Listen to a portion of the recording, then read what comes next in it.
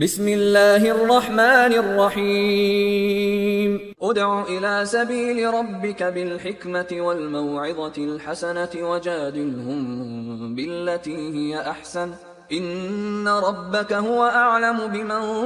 ضل عن سبیلہ وهو اعلم بالمہتدین۔ الحمد للہ نحمده ونستعینه ونستغفره ونعوذ بالله من شرور أنفسنا ومن سيئات أعمالنا من يهده الله فلا مضل له ومن يضلل فلا هادي له وأشهد أن لا إله إلا الله وحده لا شريك له وأشهد أن محمدا عبده ورسوله أما بعد فإن خير الحديث كتاب الله وخير الهدي هدي محمد صلى الله عليه وسلم وشر الأمور محدثاتها وكل محدثة بدعة وكل بدعة ضلالة وكل ضلالة في النار فأعوذ بالله السميع العليم من الشيطان الرجيم بسم الله الرحمن الرحيم رب اجعل هذا بلدا آمنا۔ محترم سامعین کرام، بزرگان دین، نوجوانان ملت اسلامیہ اور خواتین اسلام، ہمارا ملک یوم جمہوریہ کے 76ویں سال میں داخل ہونے جا رہا ہے۔ اسی کے تناظر میں کسی بھی ملک یا کسی بھی ماحول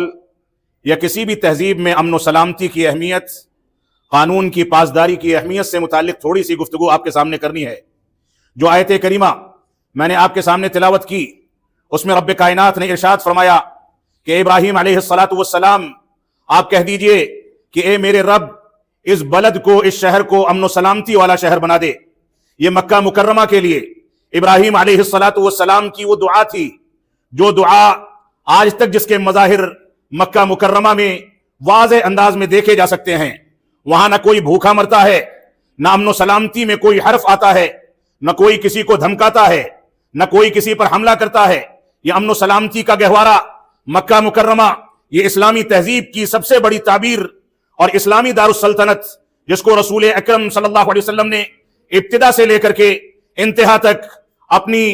دارالسلطنت بھی بنایا اور اخیر میں قبلہ اس جانب متحویل کر دیا گیا۔ رسول اکرم صلی اللہ علیہ وسلم نے مکہ مکرمہ کے مقام، اس کی عظمت، مکہ مکرمہ کی جلالت اور رب کائنات سے اس کے واسطے کے بارے میں جو کچھ ذکر فرمایا، آج مسلمانوں کی ذمہ داری ہے کہ وہ اپنی تاریخ کو سمجھیں، امن و سلامتی کی تاریخ کو سمجھیں، اور اس بات کو سمجھیں کہ جب 2 4 10 انسان، 10 20 ہزار انسان آپس میں زندگی گزارتے ہیں تو اسلام نے ان کو امن و سلامتی پر کس وجہ سے ابھارا ہے؟ کیونکہ یہ امن و سلامتی انسان کے چین کی سانس کا سبب ہے۔ یہ امن و سلامتی انسان کو بے چینی، خوف و ہراس اور ایسے ہی کشمکش سے دور کرنے والی نعمت ہے۔ اسی امن و سلامتی کے لیے رب کائنات نے قرآن مجید میں بہت سارے احکامات نازل فرمائے۔ امن و سلامتی رب کائنات کی وہ نعمت ہے جس نعمت کو اگر یہ کہا جائے تو مبالغہ نہیں ہوگا کہ اسلامی تعلیمات میں سب سے زیادہ اہمیت دی گئی ہے۔ اور توحید جو اسلام کی بنیاد ہے، توحید جو اسلام کی اساس ہے، توحید کے تقاضوں کی تکمیل کے بغیر کوئی نہ مسلمان ہو سکتا ہے، نہ مومن ہو سکتا ہے، اور نہ اسلام کی صحیح ترجمانی کی جا سکتی ہے۔ یہ توحید در حقیقت امن و سلامتی کا سب سے بڑا محور ہے، کیونکہ ایک رب کے اوپر انسانوں کا جمع ہو جانا، صرف ایک رب کے آگے جھکنا، ایک ہی رب کو پکارنا، اپنے رب کو رب سمجھنا، اسی کو رازق و مالک سمجھنا، پریشانی ہو تو اسی کی جانب جھک جانا، نمازوں کے اوقات آئیں تو مسجدوں کو آباد کرنا، اسی رب کے گھر کی یعنی حج بیت اللہ میں یا عمرے کے موقع سے یا عام ایام میں خانہ کعبہ کے طواف کا اہتمام کرنا، اسی کے گھر کو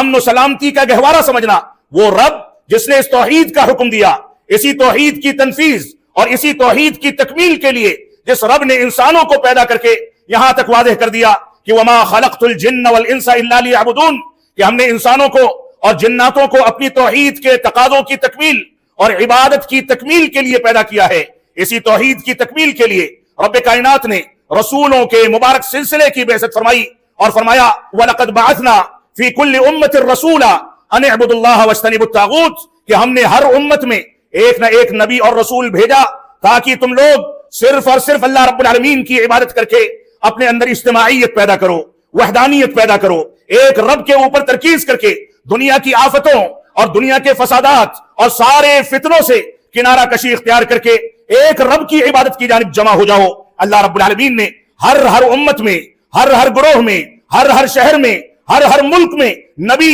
یا نبی کے وارثین کو بھیج کر کے یہ پیغام دے دیا کہ ان اعبدوا اللہ، کہ صرف اللہ رب العالمین کی عبادت کی جائے اور اس کے ساتھ کسی کو شریک نہ ٹھہرایا جائے، طاغوت کا انکار کر دیا جائے، شرک کا انکار کر دیا جائے، شرک اور مشرکین سے برات کا اعلان کر دیا جائے۔ تو امن و سلامتی کا اگر یہ دیکھا جائے کہ محور کیا ہے، امن و سلامتی کا دوسرا نام کیا ہے، تو امن و سلامتی تب پیدا ہوتی ہے جب ایک فکر پیدا ہو، جب ایک رب کی پوجا کی جائے، ایک رب کو پکارا جائے۔ امن و سلامتی تب پیدا ہوتی ہے جب انسان اپنے جیسے انسانوں اور ناقص جسم، ناقص رائے اور ناقص عقل رکھنے والوں کے آگے نہ جھکے، مورتیوں کے آگے سجدہ نہ کرے، غیر اللہ سے قربت نہ بنائے، بلکہ اللہ رب العالمین کو اپنا مولائے حقیقی اور رازق و مالک بنا کر کے چلے۔ تو یہ امن و سلامتی در حقیقت توحید کا کہ وہ عکاسی ہے جس کی بنیاد پر ہم دنیا کے اندر سکون کی سانس لے سکتے ہیں۔ تو رب کائنات نے ابراہیم علیہ السلام کو حکم دیا کہ آپ یہ دعا فرمائیں،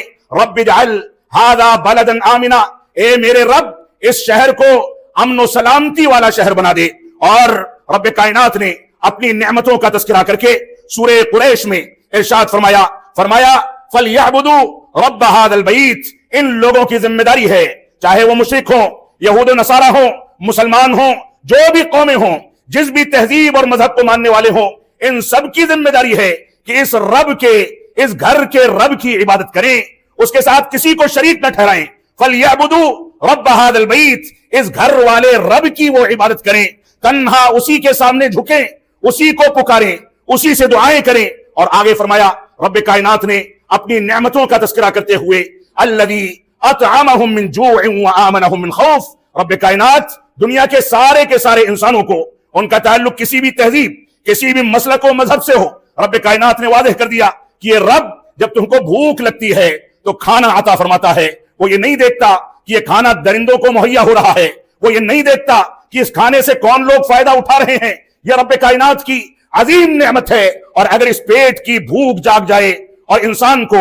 وقت پر کھانے اور پیٹ بھرنے کے مواقع نہ ملے تو انسان کون سے جرائم اختیار کر کے امن و سلامتی کو غارت نہیں کرتا، ڈاکے ڈالتا ہے، چوری کرتا ہے، قتل و خوریزی کرتا ہے، شراب پیتا ہے، گالیاں دیتا ہے، لوگوں کو زد و کوب کرتا ہے۔ یہ پیٹ انسان کو نہ جانے کہاں کہاں لے جاتا ہے۔ رب کائنات نے اپنی نعمت کا تذکرہ فرما دیا کہ الذی اطعمہم من جوع، وہ رب جس کی عبادت کا حکم دیا جا رہا ہے۔ سنو، دنیا کے سارے معبودان باطلہ جمع کر دیے جائیں، ساری مورتیاں جمع کر دی جائیں، سارے قبر والے جمع کر دیے جائیں، رب کائنات نے ان سب کے بارے میں صرف ایک بات فرمائی ہے، فرمایا ضعف الطالب والمطلوب، جن کو پکارا جاتا ہے اور جو لوگ پکارتے ہیں یہ ایک مکھی بھی پیدا نہیں کر سکتے۔ اور غیر اللہ کے اوپر جو چڑھائے جاتے ہیں، اگر یہ مکھی ان پر سے کچھ اٹھا کر کے بھاگ جائے تو سارے معبودان باطلہ کو جمع کر دیا جائے، اس مکھی سے وہ بھی واپس نہیں لا سکتے۔ یہ رب کائنات کا فرمان ہے،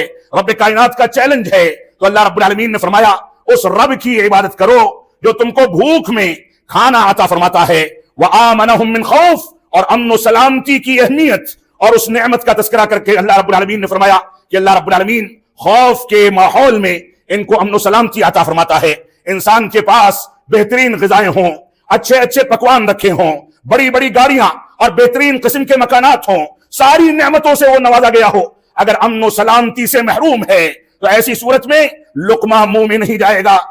ڈر اور خوف کے نتیجے میں کسی چیز کو وہ کارگر ثابت نہیں کر سکتا۔ تو رب کائنات نے دو نعمتوں کا تذکرہ فرمایا۔ ایک نعمت یہ ہے کہ بھوک میں وہ ہم کو کھانا عطا فرماتا ہے، اور ہم اپنے نفس سے پوچھیں، اپنے ماحول سے پوچھیں، یہ کون سا ایسا دن ہے، کون سی ایسی رات ہے جب ہم کو پیٹ بھر کر کے کھانا نہ ملتا ہو، آسودہ ہو کر کے پانی پینے کی نعمت سے ہم نہ نوازے جاتے ہوں۔ لیکن جہاں رب کائنات کی عبادت اور اس کی شکر گزاری کے تقاضوں کی تکمیل کا مسئلہ ہوتا ہے، ہم ناکام نظر آتے ہیں۔ تو نعمتیں دینے والا وہ رب کائنات ہے۔ تو فرمایا یہ دو نعمتیں انسانوں کو یاد رکھنی چاہیے۔ اللہ رب العالمین کا فرمان ہے سورۃ العنکبوت میں، اللہ رب العالمین نے ارشاد فرمایا اولم یروا انا جعلنا حرما آمنا، کیا یہ لوگ نہیں دیکھتے کہ ہم نے حرم کو یعنی مکہ مکرمہ کو امن و سلامتی کا گہوارہ بنا دیا۔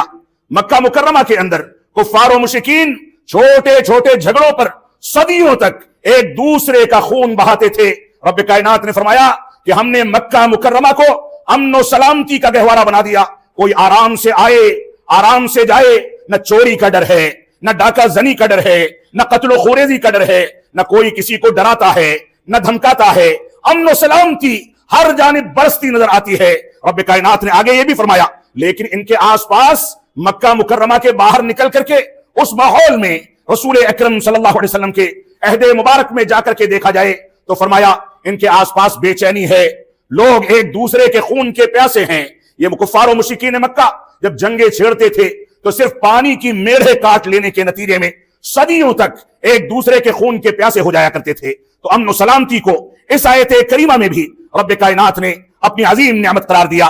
رسول اکرم صلی اللہ علیہ وسلم نے زمانے کی خرابی اور حالات کے بگڑنے کو جن چیزوں سے اپنی مبارک حدیث کے اندر تعبیر فرمایا تظہر الفتن، فتنے عام ہو جائیں گے، فتنے بھڑکنے لگیں گے. وتکثر الحرج، اور اس کے بعد فرمایا کہ قتل و خوریزی بڑھ جائے گی، جو جس کو چاہے لنچنگ کر کے تباہ و برباد کر دے. اسپتالوں کا کرپشن اتنا بڑھ جائے گا کہ مریض کے مرنے کے بعد بھی اس کو وینٹیلیٹر سے نہیں ہٹایا جائے گا کہ ابھی بل بن رہا ہے، ابھی کمائی ہو رہی ہے. کرپشن کا یہ عالم ہوگا. اللہ کے نبی صلی اللہ علیہ وسلم نے اسی دور میں فرما دیا کہ قرب قیامت میں قتل و خوریزی اور ایسے ہی فتنوں کی کثرت یہ ہم کو گھیر لے گی. اور یہ فتنوں کی کثرت ہو یا قتل و خوریزی ہو، یہ سب سے پہلے امن و سلامتی کو زائل کر کے اور اس کے بعد اپنی جگہ بناتی ہے. اللہ کے نبی صلی اللہ علیہ وسلم نے ارشاد فرمایا لا يحل لمسلم ان يروع مسلما. ابو داؤد کی صحیح روایت ہے کہ کسی مسلمان کے لیے یہ جائز نہیں کہ وہ کسی مسلمان کو ڈرائے، دھمکائے، اپنی آواز بلند کر کے یا ہتھیار دکھا کر کے یا کسی انداز کی طاقت کا زور دکھا کر کے اس کے اوپر دباؤ بنائے، اس کو ڈرائے، اس کے اوپر پریشر بنائے. یہ کسی مسلمان کے لیے حلال نہیں ہے. اسی وجہ سے امن و سلامتی کو اسلام کے اندر جو مقام دیا گیا ہے اس کو سمجھنے کی ضرورت ہے. اللہ کے نبی صلی اللہ علیہ وسلم نے فرمایا من حمل علینا السلاح فلیس منا، جو ہمارے اوپر ہتھیار اٹھا لے وہ ہم میں سے نہیں ہے، وہ مسلمان نہیں ہے. بغیر ضرورت کے، اسلام کے دفاع کی ضرورت کے بجائے کسی دوسری ضرورت کے لیے، عہد و منصب کو اختیار کرنے کے لیے، مال و دولت کو غصب کرنے کے لیے، ممالک پر قبضہ کرنے کے لیے، سیاسی دبدبے کے لیے کوئی اگر ہتھیار اٹھاتا ہے تو اسلام اس کو قطعاً جائز قرار نہیں دیتا. اسلام صرف اسلام کی سربلندی کے لیے، جب جہاد کے شرائط مکمل ہو جاتے ہیں اور انسان اس پوزیشن میں آ جاتا ہے کہ فتنہ اور قتل و خوریزی کیے بغیر اپنی طاقت کے ذریعے آرام کے ساتھ اسلام کے کلمے کو بلند کرنے کی خاطر لوگوں پر حاوی ہو سکتا ہے، تو ایسی صورت میں وہاں پر جہاد کے جواز کا یا اس کے وجوب کا فتویٰ دیا جاتا ہے.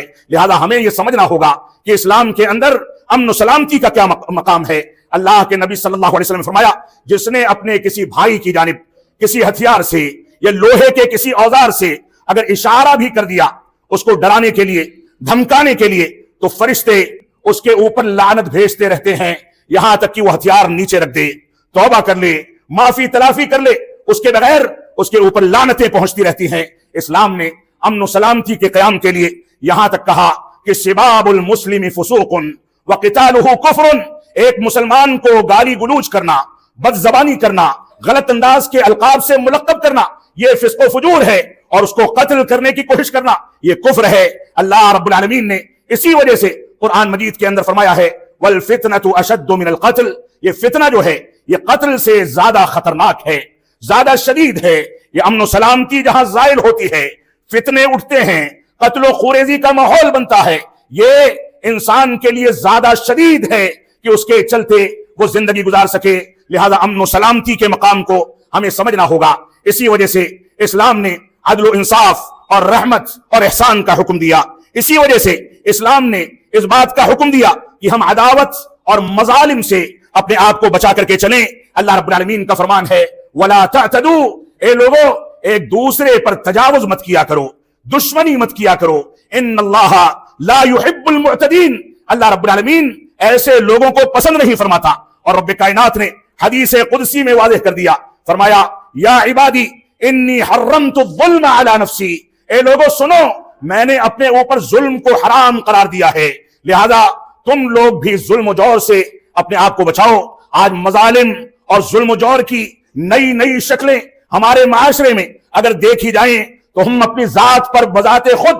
قرآن و سنت سے دوری اختیار کر کے جو ظلم کرتے ہیں، یہ ظلم کی ابتدا سے لے کر کے معاشرے کے اندر ظلم و جور کے پھیلنے اور پورے ملک کے اس کے چپیٹ میں آنے اور دھیرے دھیرے اسلامی تعلیمات کی مخالفت کرنے اور ان ساری کی ساری شکلوں میں ظلم و جور نے جس انداز سے اپنے پر پھیلانے اور پیر پسارنے شروع کر دیے ہیں، اس کی نوعیت اور اس کی کیفیت کا نہ پہلے تصور کیا جا سکتا تھا اور نہ اس بات پر یقین آتا ہے۔ ہماری ذمہ داری ہے کہ ہم ظلم و جور سے اپنے آپ کو بچائیں۔ اسلام نے اسی وجہ سے ہم کو اس بات کا حکم دیا کہ زمین پر فساد پھیلانا یہ حرام ہے۔ اللہ رب العالمین نے اس کے لیے سارے وسائل اختیار کیے۔ اسلامی حدود کی اسلامی ممالک میں تنفیذ کی گئی کہ اگر کوئی کسی کو ناحق قتل کر دے تو قتل کے بدلے قتل کیا جائے، کوئی ڈاکہ ڈال کر کے کسی کی کمائی کو اور کسی کے مال و دولت کو لوٹ لے تو ایسی صورت میں اس کو فلاں سزائیں دی جائیں۔ رب کائنات نے حدود کے تنفیذ کے نتیجے میں چور کا ہاتھ کاٹنے کا حکم دیا،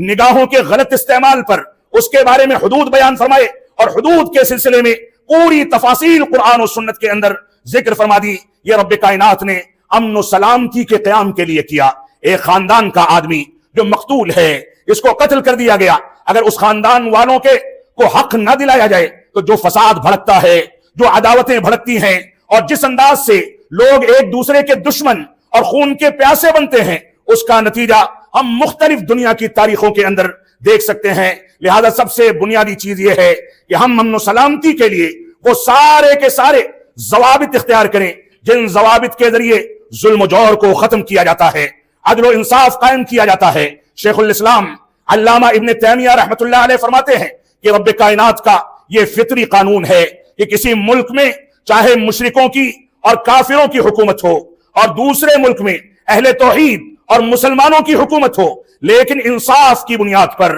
عدل کی بنیاد پر جو حکومت قائم کرتا ہے، شرک کے باوجود رب کائنات اس حکومت کو استحکام عطا فرماتا ہے، کیونکہ حکومتوں کے قیام اور بقا کی بنیاد عدل و انصاف پر ہے اور ظلم و جور اس کو نیست و نابود کرنے والا سب سے بنیادی عنصر ہے۔ لہذا اگر ہم کو اپنی فضاؤں پر حکومت کرنی ہے، ہم کو اپنی مسجدوں پر اپنا دبدبہ بنانا ہے، ہم کو اپنے مدارس میں استحکام کی امیدیں ہیں، اگر ہم کو اپنی تنظیموں کو مضبوط کرنا ہے تو ہماری ذمہ داری ہے کہ ہماری قیادت عدل و انصاف سے کام لے، اپنے نفس کے ساتھ بھی عدل و انصاف کیا جائے، اپنے ماتحتوں کے ساتھ بھی عدل و انصاف کیا جائے اور ساری دنیا میں عدل و انصاف کی کرنیں بکھیر دی جائیں اور ظلم و جور سے توبہ و استغفار کیا جائے۔ جس کے ساتھ ظلم کیا گیا ہے اس سے معافی تلافی کر کے حقوق العباد کا خیال کیا جائے تو امن و سلامتی یہ ہزار نعمت ہے، اس کو لے کر کے چلنا یہ ہماری ذمہ داری ہے۔ ضرر نقصان اٹھانے،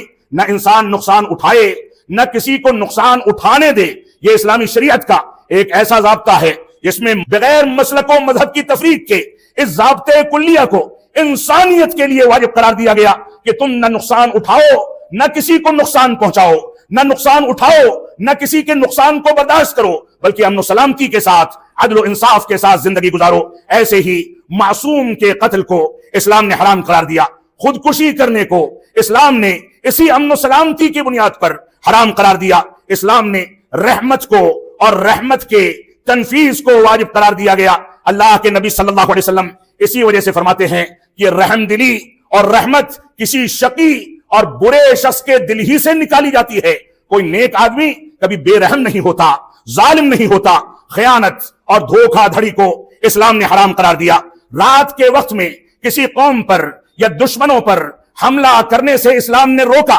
عین میدان جنگ میں بوڑھوں کو قتل کرنے، بچوں پر حملہ کرنے، خواتین کو قتل کرنے سے اسلام نے روک دیا اور یہاں تک کہا کہ اگر کوئی آ کر کے کلمہ پڑھ لے اس کو چھوڑ دو۔ اللہ کے نبی صلی اللہ علیہ وسلم نے سے بعض لوگوں نے سوال کیا کہ ہو سکتا ہے کہ اس نے ڈر اور خوف کے نتیجے میں کیا ہو، تو اللہ کے نبی صلی اللہ علیہ وسلم نے فرمایا کیا تم نے اس کا سینہ چاک کر کے یہ دیکھا تھا کہ وہ ریاکاری کر رہا ہے یا رب کائنات کی رضامندی کے لیے اس فریضے کو انجام دے رہا ہے؟ لہذا امن و سلامتی یہ ہزار نعمت ہے۔ تو عین جنگ کے میدان میں یہ تعلیمات دی گئیں، ہرے بھرے پیڑوں کو کاٹنے سے روکا گیا، عین میدان کے جنگ میں یا عام حالات میں بغیر ضرورت کے جانوروں کو ذبح کرنے سے روکا گیا، عہد و پیمان کی تکمیل کرنے کا حکم دیا گیا۔ یہ ہماری ذمہ داری ہے کہ ہم ان چیزوں کو لے کر کے چلیں۔ آپ دیکھیں کہ رسول اکرم صلی اللہ علیہ وسلم نے مدینہ منورہ جب ہجرت کر کے آپ گئے تو یہودیوں سے جو معاہدہ کیا تھا وہ امن و سلامتی کا اتنا بڑا گہوارہ ہے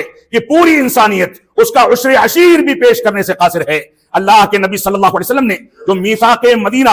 انجام دیا تھا، اس میثاق مدینہ کے چند نکات کا تذکرہ کر کے میں اپنے خطبے کو ختم کروں گا کہ کسی بھی منصوبے کی تنفیذ کے لیے اللہ کے نبی صلی اللہ علیہ وسلم نے یہ فرمایا کہ اس میں حق کو بیان کرنے کے عناصر موجود ہونے چاہیے۔ آپ نے فرمایا اس عہد و پیمان میں عدل و انصاف سے کام لینے کا عہد و پیمان کیا جانا چاہیے، آپسی حقوق اور قوانین کو احترام کی نگاہوں سے دیکھا جانا چاہیے۔ یہ میثاق مدینہ تھا، یہ اسلامی قوانین کی بنیاد پر ہونے والا میثاق نہیں تھا، بلکہ دشمن قوموں سے آپس میں بقائے باہم اور ڈائیورسٹی اور آپس میں زندگی گزارنے کے لیے یہ عہد و پیمان کیے گئے تھے، جس میں مسلمانوں کو چاہے ایک قدم پیچھے بھی ہٹنا پڑے تو بھی گوارا کر لیا گیا تھا۔ اسی میثاق مدینہ کی ایک بنیادی عنصر اس کا یہ تھا کہ رائے کو مسلط کرنے اور تھوپنے کے بجائے آپس میں مشارکت اور بقائے باہم اور ایک دوسرے کی رائے کو احترام کی نگاہوں سے دیکھا جائے۔ تیسرا عنصر اس کا یہ تھا کہ ایک اعلیٰ مذہبی اور سیاسی اتھارٹی بنائی جائے، اور وہ مذہبی اور سیاسی اتھارٹی جب اس کی تکمیل ہو جائے تو اس کے بنیاد پر لوگوں کے درمیان مذہب کی تفریق کیے بغیر سب کے ساتھ انصاف کیا جائے۔ یہ میثاق مدینہ کے وہ تین بنیادی عناصر تھے جس کی تفاصیل بھی موجود ہیں۔ ہماری ذمہ داری ہے کہ بقائے باہم، ڈائیورسٹی، آپس میں زندگی گزارنے کے اسلامی عناصر کو دیکھ کر کے چلیں۔ انسان کی تکریم کا اسلام نے حکم دیا، انسانیت کے بنیاد پر بھائی چارہ قائم کرنے کا حکم دیا۔ اللہ رب العالمین نے فرمایا وَمِنْ آيَاتِهِ خَلْقُ السَّمَاوَاتِ وَالْأَرْضِ وَاخْتِلَافُ أَلْسِنَتِكُمْ وَأَلْوَانِكُمْ۔ یہ اللہ رب العالمین کی نشانیوں میں سے ایک نشانی ہے کہ اللہ رب العالمین نے تم کو الگ الگ رنگ میں الگ الگ زبان بولنے والا بنا کر کے پیدا کیا۔ یہ اللہ رب العالمین کی نشانی ہے، لہذا انسانوں کو دوسرے انسانوں کا احترام کرنا چاہیے۔ اسلام نے اسی بقائے باہم کی بنیاد پر عقیدے اور مذہب کی آزادی کی بات کر کے رب کائنات نے فرمایا لا اکراہ فی الدین، دین میں کوئی زور زبردستی نہیں، اپنے دلائل کی بنیاد پر تم لوگوں کو اسلام سے قریب کرو۔ اپنی مرضی سے کوئی قریب آتا ہے تو ٹھیک ہے، کسی کے ساتھ جبر نہ کیا جائے۔ یہ بقائے باہم کے بہت سارے عناصر تھے، آپسی تعاون، آپسی عہد و پیمان، ڈائیلاگ کا راستہ، آپسی گفتگو کا راستہ، یہ اس کے مختلف عناصر ہیں۔ رب کائنات ہم کو قرآن و سنت کی بنیادوں پر زندگی گزارنے کی توفیق عطا فرمائے۔ لیکن یہ امن و سلامتی قائم کیسے ہوگی؟ یہ امن و سلامتی قائم کرنے کے لیے ہمارے ملک کے ذمہ داران کے بھی کچھ فرائض ہیں، کچھ واجبات ہیں۔ یہ امن و سلامتی کیسے قائم ہوگی؟ یہ امن و سلامتی تب قائم ہوگی جب ملک سے کرپشن کو ختم کیا جائے گا۔ یہ امن و سلامتی تب قائم ہوگی جب ملک سے قتل و خوریزی کے ماحول کو زائل کیا جائے گا۔ یہ امن و سلامتی تب قائم ہوگی جب لوگوں کی عزت و آبرو، ماؤں بہنوں کی عزت و آبرو محفوظ ہوگی۔ یہ امن و سلامتی تب قائم ہوگی جب ظلم و جور سے توبہ کی جائے گی، عدل و انصاف سے کام لیا جائے گا۔ یہ امن و سلامتی تب قائم ہوگی جب دوا علاج کی آسانیاں پیدا ہوں گی، میڈیکل لائن اور دوسرے عناصر میں کرپشن ختم ہوگا۔ یہ امن و سلامتی تب قائم ہوگی جب مذہب کے نام پر تفریق کرنا چھوڑا جائے گا، مسلمان ہونے کے نام پر لنچنگ کرنے کے واقعات پر قابو پایا جائے گا۔ یہ امن و سلامتی تب قائم ہوگی جب ہمارے ملک میں ہمارے قانون کا احترام اور اس کی بالادستی ہوگی، سب لوگ ایک دوسرے کا انسان ہونے کی بنیاد پر احترام کریں گے۔ یہ امن و سلامتی تب قائم ہوگی جب 76واں ریپبلک ڈے اور یوم جمہوریہ مناتے ہوئے ہم اس بات کا عزم کریں گے کہ ہم قوانین کا احترام کریں گے، اور ملک کے ذمہ داران بھی اس بات کا عہد و پیمان کریں گے کہ کسی بھی عنصر کو، کسی بھی مذہب سے اس کا تعلق ہو، اس کو قانون ہاتھ میں لینے کی گنجائش نہیں دی جا سکتی۔ امن و سلامتی تبھی قائم ہوگی جب ایک دوسرے کا احترام کیا جائے گا۔ رب کائنات ہم کو قرآن و سنت کا احترام کرنے، اس کے اوپر عمل پیرا ہونے اور ملکی قوانین کا پاس و لحاظ رکھنے کی توفیق عطا فرمائے۔ ہم جب تک جئیں تب تک اسلام پر جئیں، جب ہمارا خاتمہ ہو تو ایمان پر ہو۔ بارک اللہ لنا ولکم فی القرآن المجید ونفعنی وإياكم بالآيات والذكر الحميد إنه تعالى جواد كريم ملك بر الرؤوف الرحيم۔